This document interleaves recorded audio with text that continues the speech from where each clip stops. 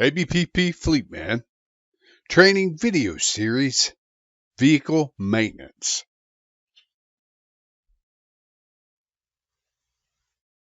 The most common maintenance type is without a doubt fuel. In this video, we will show you how to enter a fuel maintenance record. There are two ways to get to the maintenance section. If you are entering maintenance for your vehicle or someone you supervise, the quickest way to get there is through your dashboard screen. Just click on the View button for the vehicle, and this will take you to the Vehicle Details screen, which includes maintenance records at the bottom. Just click on Add Maintenance, and then you'll be taken to the Add Maintenance Record screen.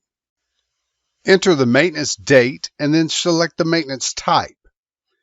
Enter the cost of the item, gallons of gas if it is a fuel maintenance type, then odometer and method of payment, as well as a description tag.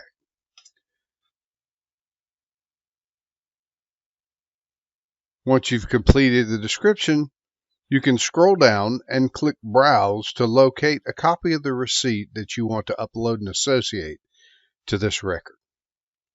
Once you've uploaded your receipt, just click Save, and you'll see a toast message telling you your save was successful.